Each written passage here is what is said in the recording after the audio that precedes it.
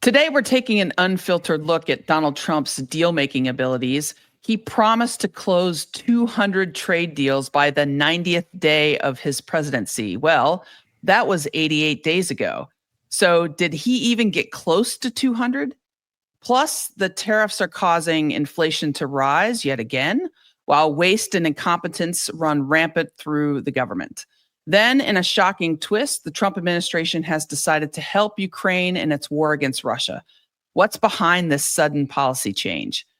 And the search for accountability in the aftermath of the tragic flood in Texas has begun. Why does a place known as Flash Flood Alley have no early warning system? Plus, is Fox News still the preferred news source on military bases? Newsmax and Trump media are forming an alliance now? And did you know that people actually run marathons at the North Pole? This is Truth in the Barrel, a different kind of whiskey rebellion.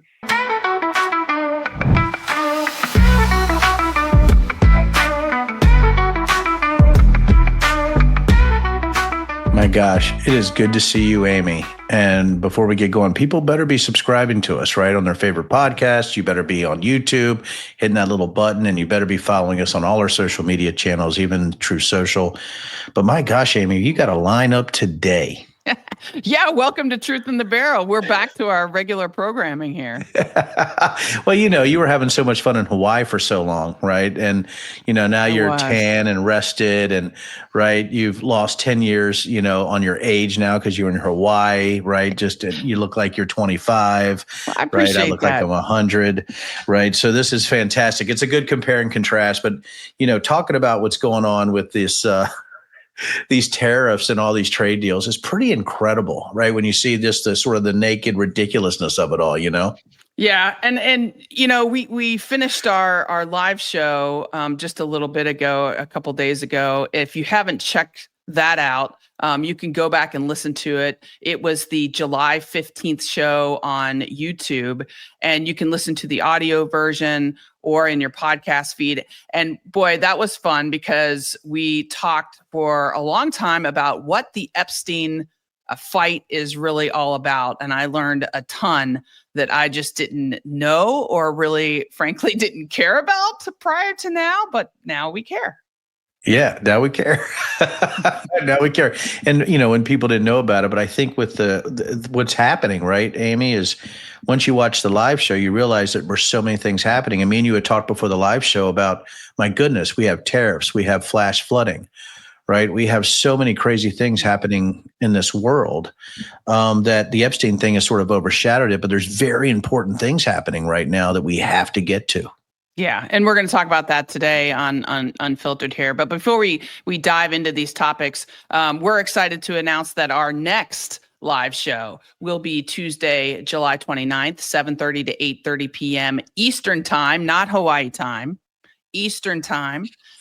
We'd love for you all to join us. And don't forget that you can actually ask us questions during the live stream and we'll answer them, right? And if you can't make it to the live show, but you still want to ask a question, you can send us an email at any time in truthinthebarrel@gmail.com. And we'll try to answer your emailed questions during the live show. So, make sure that you check out the video, the audio replay, and hear the answers. Yeah, I mean, I'm going to push that email everywhere again, because I think having those where people are like, oh, you know what? I just watched Amy in Denver and I really wonder, right? Who was the AG in Florida during Epstein's, it was Pam Bondi. Oh, yeah.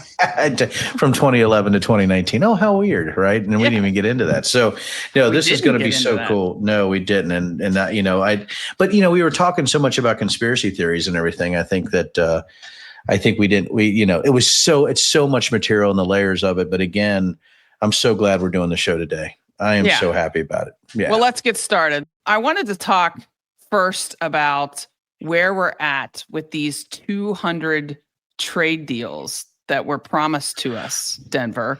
Yes. 200 trade deals were supposed to happen in this 90-day period. So where are we at? Yeah, I mean, it's funny. I was watching Navarro on the news And he goes, okay, Amy, this is what's so cool about this, right? He goes, yeah, we're doing these trade deals, but they're mostly unilateral. That, okay. That I don't, it's almost, I don't know if Fox News has gone to the point that it's just sort of the ignorant talking over the ignorant, or there's sort of like, right, ships that are tilting, passing in the night. I don't know what it is. But when he said that a lot of these are unilateral right now, that's not a trade deal. Right. That's a sanction. Boy, that's a great deal. You could do all your deals unilaterally. That boy, you can get everything you want. Isn't that wonderful? Right. No, you can. And I think that's the other thing too, is that they can crow about tariffs. So for instance, I was talking to a friend of mine. He actually represents Hyundai Global. And, on the law side, on the business relations side, and he called me and he goes, it's awful, right? He goes, the Koreans, so Hyundai Global is so big, right? They don't just do vehicles, they do everything, electronics, things like that. He said, it's so awful. They're consumed every day about what the hell is going on? Like, how do they even react to tariffs that they're not quite sure are going to be executed within the time frame, or if those tariffs are going to change? And the tariffs are so restrictive anyway.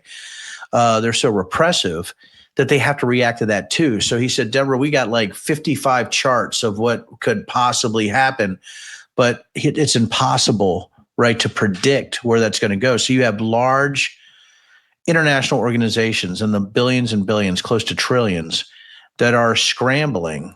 And by the way, and I hate to tell people this, Kia and Hyundai, they build cars in the US. Oh, yeah.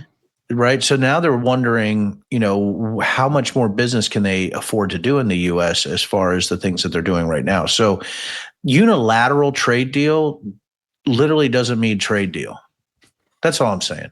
But let's be serious though. So I wanted, because I was thinking about this myself. We're getting close to this 90-day point, and I'm thinking, and I was on vacation for a while, so I frankly didn't think about much at all during that time. But now that I'm back, I'm like, okay, so where are we? We had this Liberation Day, which was basically across the board tariffs on every country on the planet except for Russia, by the way. We'll talk about that later.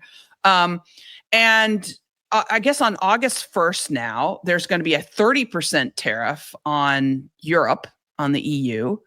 Mexico tariffs, he's talking about having tariffs on Mexico starting on August 1st as well.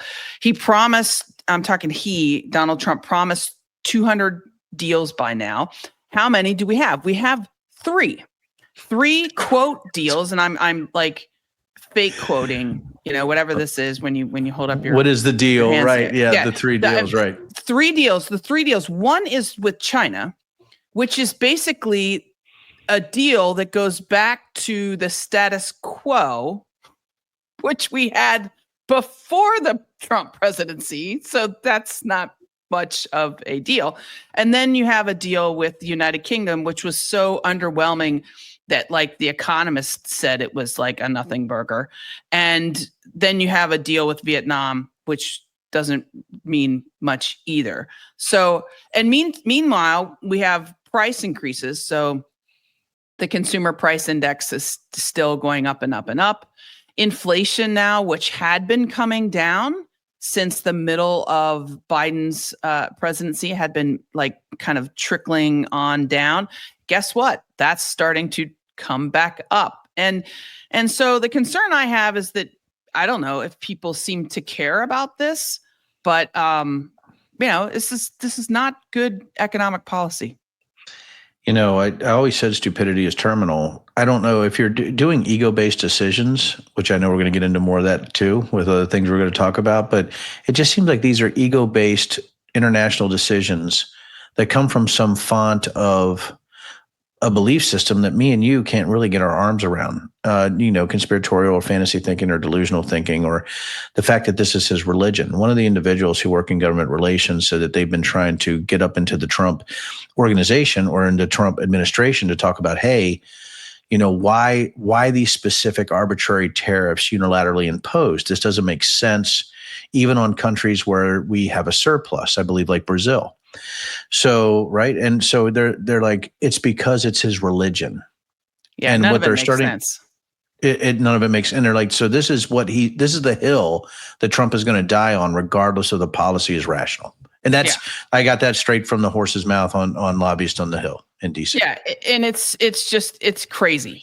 And meanwhile, Denver, our government is incinerating 500 tons of emergency food, enough food that could feed 1.5 million kids for a week. Why? Because of these, cuts to the agencies, these sort of blanket getting rid of USAID, the Doge efforts, which have just, in my mind, caused an enormous amount of incompetence in government. And this is a perfect example of causing waste. Doge was supposed to cut waste. We're incinerating 500 tons of food for needy kids. It's almost like they've weaponized ignorance. I've never seen, I don't even know how you get your arms around, if you're a rational human being, about incinerating 500 tons of food that's already been aggregated, that, paid for, that's already there. Let's just burn it. Remember when he came out and said, I'm going to cut $2 trillion from the federal budget? And then a month later, after they started, he cut that back down to, well, I think I could probably get 1 trillion. Well, how much did they actually cut of waste, fraud, and abuse from the federal government? There was a study in May done by the Manhattan Institute in early May that they could only account, in verified budget savings, could only account for $2 billion. And that was mostly, the stuff that Musk was saying was fraud, waste, and abuse that they got rid of were already false contract cancellations. They were accounting errors. So they could only find $2 billion. That's not a whole lot.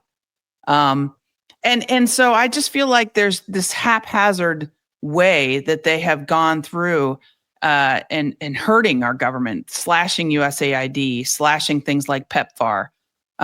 It's done terribly in my mind. Well, I don't know if the savings offset the big, beautiful bills, 10-year projections of $3 to $5 trillion added to the debt. Amy, I don't know if, firing 1,300 people from the State Department is going to offset, just let's forget about the awfulness of that. And that's another thing we could talk about down the road. But I don't think firing people is going to offset a $1 trillion DoD budget that went from just over $800 billion, or money's used for ridiculous purposes, or the fact that, listen, everybody loves tax cuts, but you can't ignore the CBO, score on this. And what's going to happen is that, revenues are not going to match the amount of money that's going to be pouring out of the government in handouts, and also to, defense contractors, and for the specific funding lines they've identified. That's just math. We don't even have to, me and you don't even have to talk about this politically. It's just math. And they lied about the math, and they lied about what they were going to do. But I don't think that's a surprise to anybody. Well, I've always said, look, if you start firing people left and right in the federal government, the government's going to be filled with people that either don't know how to spend the money correctly, or we just get this more fraud, waste, and abuse, in the government. So yeah, well, you're also left with the people who didn't leave, that might not have the proper support structures, that might be untalented. Right? You're not keeping the best. You're firing willy-nilly. It's arbitrary. There's not nuance in what you're doing. Everybody can talk about fraud, waste, and abuse, but you have to look at it in a very targeted and scalpel-like way. You don't want to use a blunt hammer based on conspiracy theories in order to reshape the government, through something like Doge. Did you read about the young man who was hired on by Doge, who they interviewed him after he had done his work, and he basically said, "Yeah, I went in there to look for fraud, waste, and abuse. And I guess, you know what? The government actually is pretty efficient. We didn't find much." Yeah, you don't. Yeah, I did read about that. Yeah, because 25-year-olds. Yeah, there's not much to find. I mean, there is Yeah. fraud in some places, but it's mostly incompetence based on training, training lag times. Mhm. Somebody fat fingers something in wrong. The code needs to be switched or changed. There's backwards investigations where you have to look at why money went to a certain account layer that probably shouldn't have been. But when you look at Sure. it in a broad spectrum, we have 340 million people, right, Amy, that we're trying to navigate through and trying to negotiate Yeah. through and trying to organize. So you know what? I think we do okay. I I do think we too. do I mean, okay. if you look at what our federal government spends per capita in comparison to other countries, where it's actually not that bad. We don't have this big government. We have a big country, Denver. We have a big country with a Big. lot of land and a lot of people, and so that you got a big government for that, I guess. All right. And a lot Over the of glue past week, sniffers. over the Yeah. past week, Donald Trump has shifted his stance on the war in Ukraine, reversing his administration's halt on military aid. That's good. And releasing this, new plan to sell weapons to NATO, to our NATO allies, who would then transfer the weapons to Ukraine. So, okay, what's up with this now? Well, I'm about to go back there for a third time. I think right now we have the battle of the arrogant sociopaths and the emasculation game. So, Trump had given Putin so much rope in Ukraine, right? To the point that, he was joking around. I don't know if you saw this clip of him getting laughs, joking around, where I talked to Putin about maybe he should stop and he told me he would. And then, he bombed a nursery school, you know. It's just sort of ludicrous when you have people this ignorant, this arrogant, this narcissistic with this much power, talking about this back and forth. But I think what happened is Putin overplayed his hand. Right after he said that he was going to rearm Ukraine, and he was going to wait 50 days, right, for the decision, give him 50 days to do something, by the way. He was going to arm them through NATO, and it's just a convoluted process. There's no reason why we can't just fund Ukraine ourselves and go through Poland, but I can go into that all day. It's just stupid.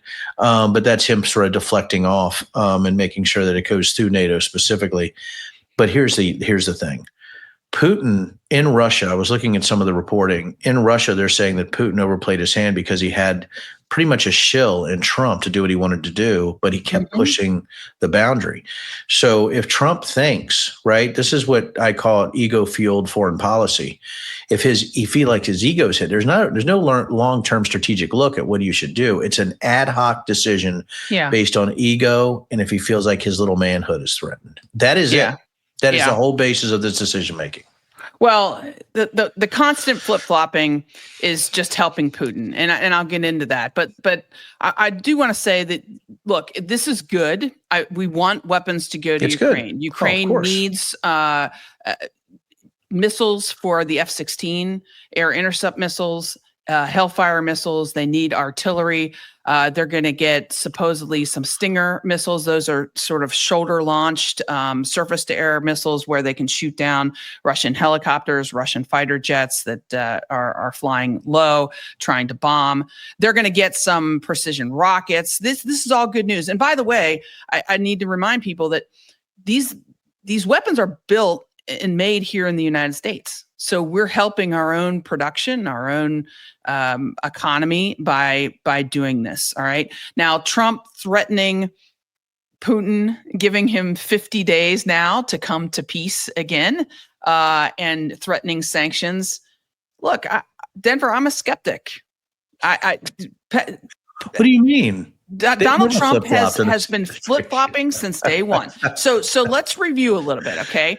Donald Trump said that he would end the war in Ukraine on day one. He said that he alone could resolve the conflict. Okay, so then he gets into office. And then he gets into office and he gives Putin a 100-day deadline. And after that deadline, there would be, quote, serious consequences if Putin doesn't come to peace. Okay, well, that didn't happen. He extended that. Donald Trump extended that to 6 months. Okay. And then in the middle of this, if you remember, he says that he's going to back away. Donald Trump's going to back away and allow the fighting because he got so, tired of this conflict.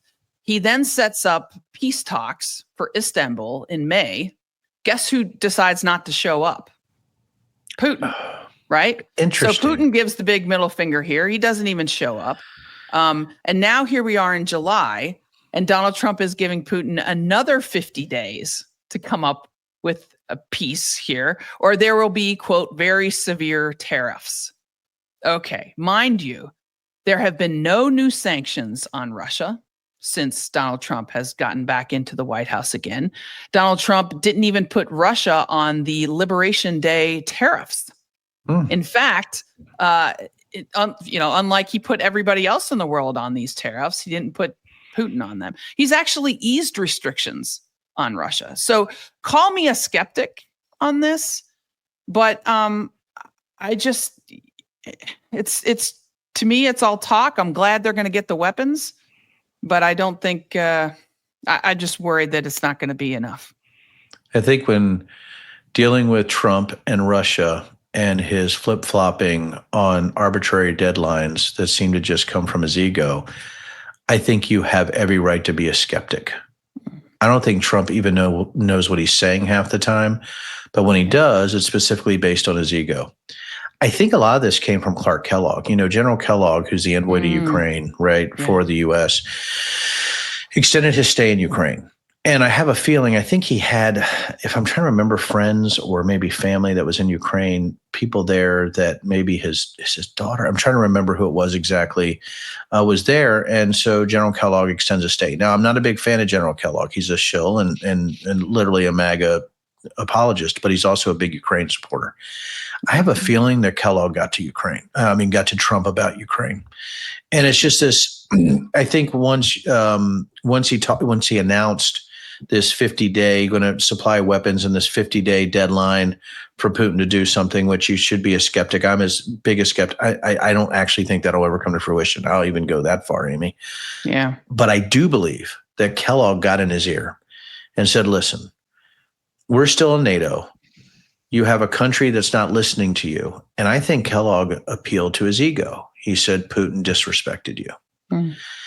Because if you think about it, when Trump said he thought they were getting somewhere, that was the night that Putin actually had the largest drone strike in Kyiv. What was it? 700, combined glide bombs, missiles, and FPV drones, right? First person view drones and Shaheds. So it's pretty incredible to me that I think it was an ego-based decision because Kellogg came back from Ukraine or was in Ukraine and said that Putin was disrespecting him. I think you're very right to be a skeptic, though, because if something were to happen or there's a lull at some point where Trump can claim victory, even though there's no victory, and then Putin can say, well, he just starts the next week and he starts bombing again, I think that's what's going to happen. Be a skeptic. I think you're right on all of this, but I think this is Kellogg to Trump in an ego-fueled decision based on the fact that he thought he's being emasculated by Putin. That's what I think. Well, and meanwhile, most Americans, 54% of Americans, voters, disapprove of Trump's handling in the war in Ukraine. So, I mean, Americans want to support Ukraine. And I also think it's interesting because I believe that Donald Trump doesn't really care. He just wants a win. And so he's allowed, Hegseth and his deputy policy guy to kind of do whatever they want. But then, and that's why the Pentagon has halted shipment of aid to Ukraine 3 times, and it's been overruled by the White House. I mean, obviously, as you said, somebody got to Donald Trump. I mean, maybe General Kelly, or not General Kelly, General Kellogg, as you said. But clearly, he's not on the same page with his Secretary of Defense or his OSD policy guy. I don't know. Maybe Hegseth is back to drinking. Who knows? I mean, Hegseth is so incapable and of doing this job.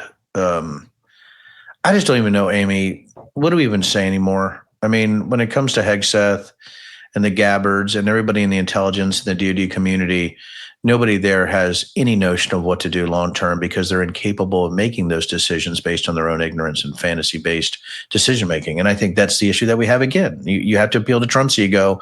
Has to be somebody who's not completely crazy. They just have to be on the crazy spectrum, like Kellogg, and they have to go there and actually see it for themselves. Because I don't think Hegseth has been over to Ukraine, if I remember correctly, or Gabbard or any of them. So I think really this is an ego based decision that's very helpful for Ukraine. Is it actually going to happen? I'm a skeptic like you. Yeah. All right. Okay. Well, I want to move on to the Texas floods because this happened. It's just such a tragedy in our country. It happened a couple of weeks ago over July 4th. Over 130 people were killed, lots of children. And I've heard this quote that nobody could have seen this coming. And, nobody wants to run and talk about public policy right after a tragedy. We have victims after mass shootings and, people are criticized when they talk about, gun violence as a political issue. So we wanted to give it a little bit of time, and we're a couple weeks out. But this idea that no one could have seen this coming is really infuriating and kind of a slap in the face to all Americans. The river there in Texas, the Guadalupe River, is prone to flooding. There have been reports of flooding all the way back into 1955. It was called Denver Flash Flood Alley. Now, if there's anywhere in the United States that should have early warning systems, it should be the area called Flash Flood Alley, right? So we have this flash flood and this awful loss of life. Awful.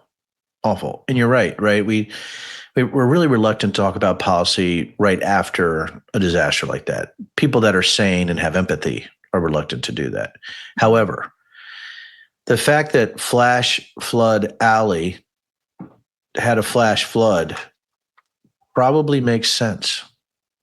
Number one. Number two, the policy that comes out of this, Amy, is conspiracy theories about geoengineering and cloud seeding and HARP from Marjorie Taylor Greene and the EPA Administrator Lee Zeldin. We've been talking about fantasy delusion-based decision-making for a long time. What gets me about this is that you talk about an early warning system. You're exactly right. If it's called Flash Flood Alley and they have documented flash floods and they know what the 500 flood plain looks like, right? That you have these once in a lifetime events. You got to be prepared for them. And instead, we have this sort of willy-nilly cuts across NOAA, right? People arguing about whether they had the proper system in place for the forecasters themselves. That can be argued one way or the other. I would humbly submit that based on what you've seen from this administration, the cuts did have some effect on their ability to do early warning, either through TV or media or things like that, or even to do proper forecasting, which, Texas came out and went after the weather forecasters after all the cuts to weather forecast. I think what we're seeing right now is that if you're always relying on superstition and fantasy, deaths, right, come from the deep state of the globalists, and crazy things like Trump being, saved from the assassination come from God, even though other people died. That's the issue that we have right now. If you have superstitious fantasy-based people, we're always going to have issues that become terminal, and you have deaths. Government decision-making, the cascading effect of bad government decision-making is death. In so many ways. Medicaid cuts or healthcare cuts to NOAA, right? The inability to have real solutions for what happened in Flash Flood Alley. These things scare the hell out of me, and they're getting worse. They're not getting better. After only 6 months into this, Amy, I'm fearful that we haven't even seen the tip of the iceberg on what's about to happen with the decision making coming from our government. I just think we need to shine a light on good public services. These are the public services that the Trump administration is now trying to cut. And we're still trying to figure out why they couldn't get the FEMA money that was allocated to them to get these early warning systems. Wasn't that hundreds of millions of dollars, Amy? Billions. Oh, And God. so the cost, Denver, of implementing an early warning system for Kerr County is $1 million. These systems are not new technology. We're not talking about like new AI, like your business here. You know, we're talking about like old 30, 40-year-old technology. It's not hard. But apparently the county tried to get early warning systems using the FEMA money, but it was blocked by Texas state officials. And we're sort of trying to pull the string on why. This is why we need like a commission, you know, like we had a commission to look at the Iraq War or 9/11 Commission. Or my gosh, Denver, we had 7 hearings, 7 reports on Benghazi where 4 people died in a war zone. So yeah, I think we need a commission on this. But to go back to why the money was never spent by Texas or blocked by Texas officials to get these very basic early warning systems, I've been thinking a lot about that. And I think the first thing is, one, politicians hate these agencies. Many politicians, not all of them. Republican politicians, a lot of them hate FEMA. They hate NOAA. They hate the National Weather Service. It's big government, right? And that's why Trump is cutting NOAA by 26%. That's why Trump wants to eliminate FEMA altogether. That's why Ted Cruz, the Republican senator, has personally eliminated $150 million for NOAA climate research.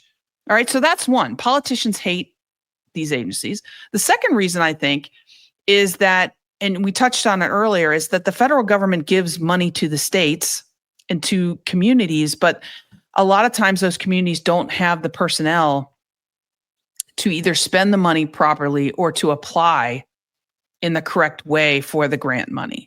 And I think that is a big part of that. And that goes back to something you were saying earlier about people in government, getting good, solid people to work in government. And the third reason, and then I'll shut up, but the third reason I thought this is such an issue is something I read just the other night. Did you know that the position for the warning coordinator meteorologist in this region, in the San Antonio, Austin, Hill Country region, that position, Denver, has been vacant. And why has it been vacant? Well, the previous coordinator took Doge's offer of early retirement. So here we are. We're like come full circle with Doge, doing this haphazard bullshit. Let's get rid of everybody in the federal government who we don't like or don't understand what they do. The public servants take that offer because they see it coming.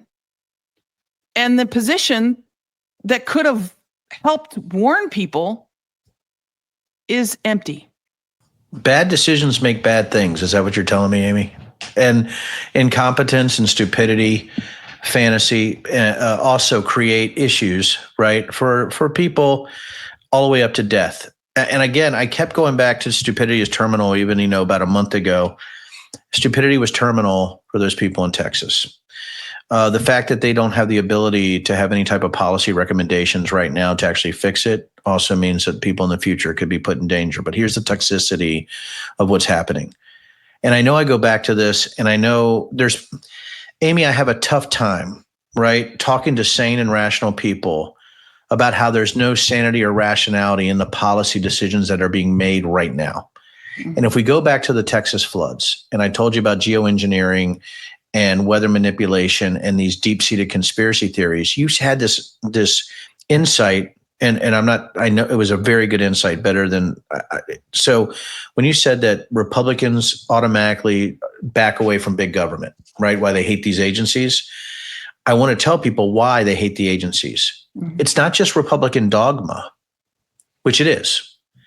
It's also the fact that FEMA had death camps, that climate change isn't real, that it's a globalist pogrom to destroy American way of life is what climate change is. They talk about back in the day, I don't know if you ever heard this conspiracy about UN Plan 21, where the United Nations was going to take over the U.S., right? Take away land, make sure that we're following their stringent climate Nazism is what they called it at the time. So this is what you have, right? You have this toxic mix of Republican dogma that was based sometimes on maybe we shouldn't have so much money going into the public sector if we can somehow solve this in a private way, or it's unneeded, or right, or it's just a handout. Right. It's gone now to this other thing. They're against big government because they don't know the difference between fact and fiction, because they're ignorant, because they're glue sniffers in some way, because they've been raised this way, because supernatural forces should tell them what to do. You know, their policy should come from the Bible.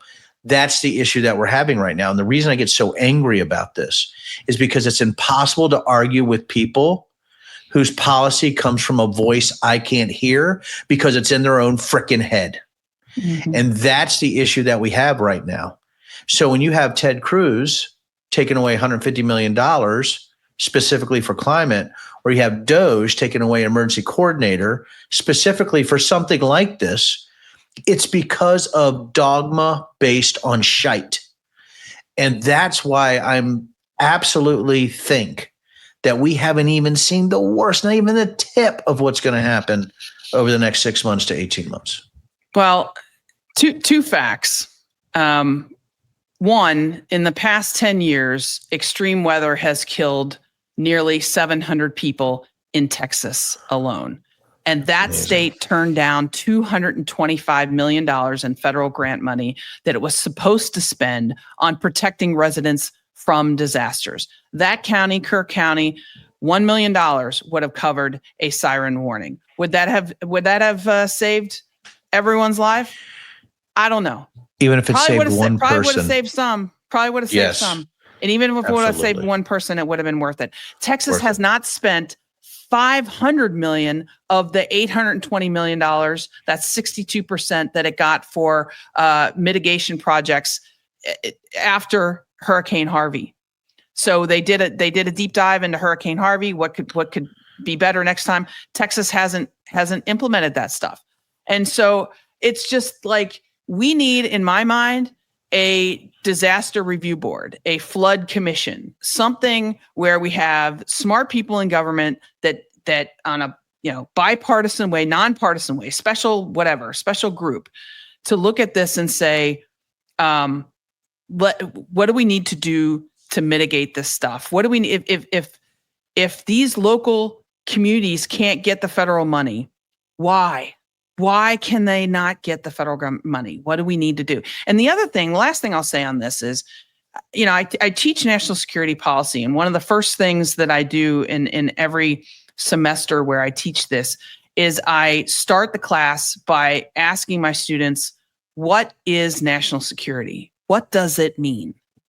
What does that term mean? And if you think about our Department of Homeland Security right now, they're spending all kinds of money on masked men going after farm workers. Is that making us safer? I mean, in my mind, the DHS should be looking at and running a disaster review board commission right now, because 130 some people just died in a preventable thing. So DHS has that charter. It started as the NPPD, and I wish I could remember. It was like the National Protection Plan for something, but it was for national infrastructure that I used to work with JWAC. Military has something called the Joint Warfare Analysis Center for Critical Infrastructure. Now it's CISA, right? The Cybersecurity and Information Security Agency, right? I mean, we have the NTSB. For NTSB, absolutely, for transportation. So there should be a Tiger team. You're exactly right, for critical infrastructure. And how about this? A couple things. How about the tens of billions that we're increasing DHS into this internal police force that looks just frighteningly like, right, a secret police force with the masks on and the stuff? Is just ludicrous. Even real Republicans would just absolutely scream about this 20 years ago. That, like, oh my God, this is a deep state globalist, incursion, right? Now they completely support it because of conspiracy theories and lies about this invasion. We talk about saving lives. If we have targeted enforcement of criminal illegal immigrants, awesome. I want to save lives. Wholesale removal, actually can create an issue where lives are at risk, whether it's through, food interdependencies that aren't actually realized and things like that. What I'm saying with everything you're talking about with Guadalupe River, tens of billions of dollars. What if we just took, and I know this is crazy, 1%, how about this? How about 10% of the 70 or $100 billion more in DHS? So we take $5 billion of that and we go to these areas where there needs to be flood mitigation. They go to the areas like Flash Flood Alley. They go to the areas in each state where they have the largest incidence of flash flooding, and they do mitigation plans, policy. But the issue that you have, Amy, the issue that you have is that our executive, legislative branch and our judicial branches are owned by the far right now. You sort of have to believe there might be a climate change issue before you start mitigating. How do you even start if there's no baseline understanding of science, or even like me and you agree on the science, Amy, but if you're talking to a local government that can't execute federal funds based on the fact if they do that, they won't get reelected into their local position because they're taking money from the federal government, and they believe that God and weather manipulation is what caused the floods, not poor mitigation or planning, we're in deep trouble. And I'll end with this. I bet you dollars to donuts right now, I'll bet somebody $1 million that there's flood mitigation plans in Texas for the Guadalupe River that were ignored over the last 20 to 30 years. They weren't instituted. The money was there, but the expertise and the science-based individuals that need to execute that plan did not exist in that area. That's the problem when superstition overrides rationality. And that's what we're dealing with right now. Yeah. Well, it's a tragedy. We got to keep talking about it though, because we need to keep helping where we can. I'm not giving up on our country. We can do better. All right. That said, It's time for our whiskey minute, because we've had a really good show so far, but we need some whiskey to get through to the end. All right. So I have brought today one of the very famous. This is Old Grandad. Now, I know you know about this, but many people who are listening may not know about this. It's Old Grandad High Rye Mash Bill Bonded Kentucky Straight Bourbon Whiskey. Okay, so one of the things I love about this, it's produced by the Jim Beam Distillery. It was named after the distiller in the late 1800s was the grandson of a guy named Basil Hayden. Who, there was another whiskey named after him, but Basil Hayden Sr. was this guy, Raymond Hayden's grandfather, and he called him Old Grandad. And this was his recipe, and it's spicy. It has a higher rye content, Denver, which normal rye content, you know this is about 10%. For bourbon? Between 10 and 15%. Yep. Mm-hmm. If they're doing a rye in the middle, right? So usually this one has 27. 15. This one has 27%. It's affordable. So that's why it's been such a favorite. Old Grandad is affordable. It's affordable. It's, at the low end of the bourbons there. But it comes in 3 different proofs: 80 proof, 100 proof, and 114. I'm drinking 100. Good. But the story behind this is really cool. Harry Truman, this was his favorite bourbon in the White House. And his biographer, David McCullough, very famous author, wrote that the former president, Harry Truman, started his mornings every morning at 5 a.m. with a shot of Old Grandad bourbon. That, in Truman's words, quote, got the engine running. He accompanied his morning whiskey fix with toast, eggs, bacon, and milk. So here we go. God, cheers to Harry Truman. I'm actually drinking our rye whiskey, 70% rye. So, and guess what? My wife is a grandma now. I can call it Old Grandma. Okay. Very good. Very good. I love it. It's got a little bit of spice. It's golden honey brown. It's good stuff. All right. Quick shots. Here we go. Okay. So as you know, my husband and I, we were able to take the family to Hawaii, and we got a chance to stay on one of the bases there in one of the cabins at Kaneohe Bay, which is a Marine Corps base. And we're flipping around on the TV stations there, and we noticed there is no CNN, there's no MSNBC, there's all the Fox channels, there's Newsmax, and there's ABC, CBS, and NBC. So they have the like legacy media. But I just thought that was really interesting and also kind of sad. So I did a little bit of research, and I found that there was a lot of rumors of this type of thing happening. And so Snoops.com did a hey, is this for real or not? And they actually went to the Pentagon and asked the Pentagon, hey, are you, what are you doing here? And the Pentagon responded, this was just a couple of months ago, that it says the rumor of the branches of the military, which DOD oversees, it says, while the Navy and the Air Force did not return a request to confirm or deny the claim, the Marines and Army both said that the two agencies do not direct or mandate viewership of any specific news channel. Individual commands aboard installations have the ability to purchase cable contracts on their own with their own budgets. So what does that mean to me? That's basically a non-answer that says that we don't do anything with the bases, and we leave it up to them. Yeah. And I just thought it was really sad. Like we're really like pushing Fox News now, I guess, on certain bases. What people do identifies what they are. And if you have a base commander or you have a local commander, right, whether it's a squadron in the Air Force, right, or it's a sortie generation flight or whatever, they're making the decisions on what's being shown in there. Or they're not. Or it's just an NCO, right, or an officer, an OIC or something, right, just a officer in charge. It's like, hey, we like Fox. So really at that local level, it's to, if they're putting on those channels, Amy, that's what they're at. That's who they are. There's no, Snopes goes out there and does this, right? The issue is that it's just you're right. It's just a non-answer. So if you have local commanders making those decisions or local NCOs, that's just where they're at right now. And I literally don't know how to fix that problem, right? If you're not getting equal time and you're self-radicalizing and just in that same fantasy loop, that's what's happening. A lot of people are like, Deborah Fox doesn't propagandize. I mean, we, like you said, and on the live show, if I remember, and maybe a show before that, you said, Fox has already been proven they're liars. $787 million proves that based on the Dominion voting case. They're liars. And that's really where we're at right now is you have a radicalizing channel that has trouble with the truth that's being played primarily on military bases.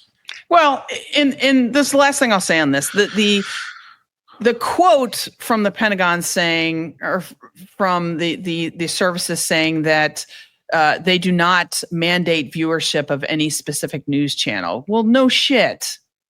But if you only have one news channel to watch, then that's all you're gonna watch. Okay, it doesn't need to be mandated. Issue.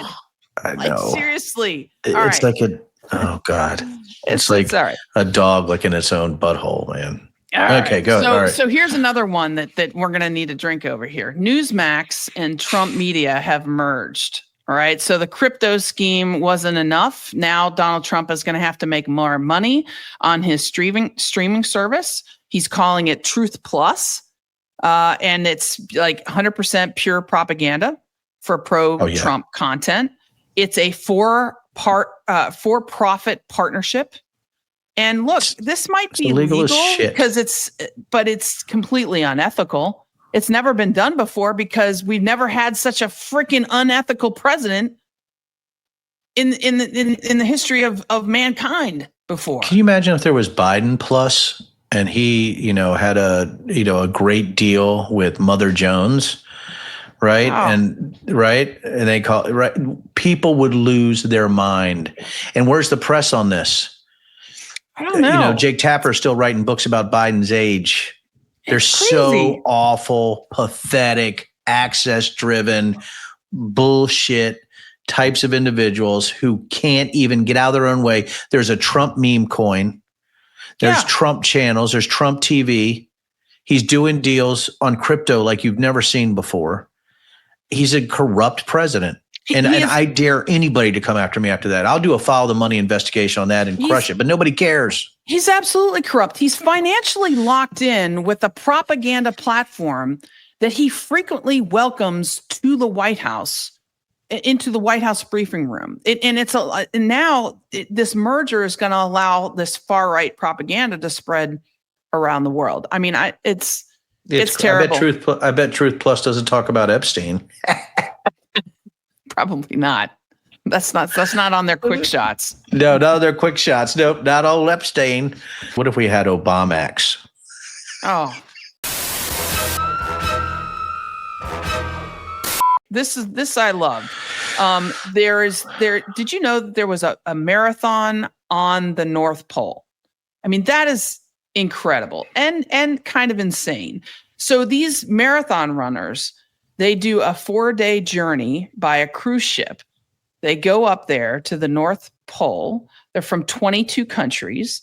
They run 50 laps mapped out on floating sea ice in the Arctic Ocean, because that's what the North Pole is, right, Denver? It's floating sea ice. Yeah, it's floating sea They're ice. battling sub-zero temperatures. They are wearing life vests, and they ran this marathon. I mean, pretty cool. I tell you what, I'd watch it. You know why I'd watch it? Literally, because I want to see a polar bear attack. Like it'd be really cool. Like I think they actually need to ship polar bears on the route specifically. Like really make it real. Like you're just running in the North Pole on sea ice. Big deal. Right? And they had like polar bear stations where like the people watch out for polar bears. But you get if you do this thing, you get to be in this marathon Grand Slam club, which is an exclusive group of runners that have completed marathons in all 7 continents and at the North Pole. So my question to you, Denver, is: have you ever run a marathon?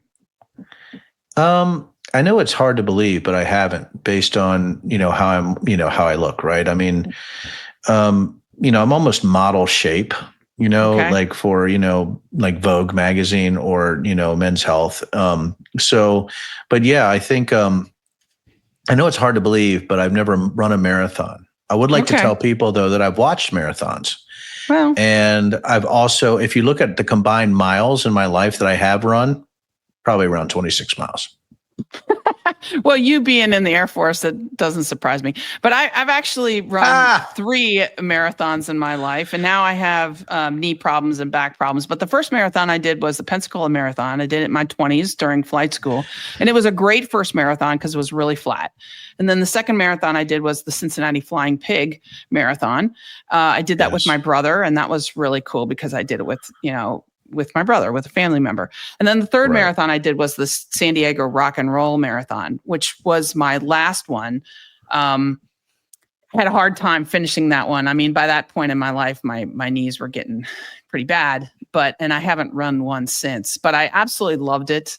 I have so much respect for people that run marathons. And so that's really cool. Cheers to those who finished and completed the North Pole Marathon. Cheers to people who run from polar bears. All right. So we have 2 other cheers today before we close off. I love it. One is, tell us about Ro Khanna and this amendment. So I think cheers to Ro Khanna. I mean, we're to a point right now that the Epstein thing has gotten so crazy. Went through rules. By the way, they're trying to listen. This is God. I know Congress. I should probably be very specific here. Ro Khanna, right, wanted an amendment on the floor, right, to vote to release all the Epstein files. It went to a procedure vote or a rules vote. Actually, it's called a previous question, which goes back and allows the minority to actually take control of the floor for that specific vote. It went down to 11 to 210.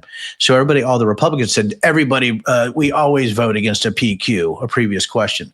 The thing is, this is so crazy because the reason they had to go to a PQ is because they actually couldn't get it out of committee, which lost 7-5.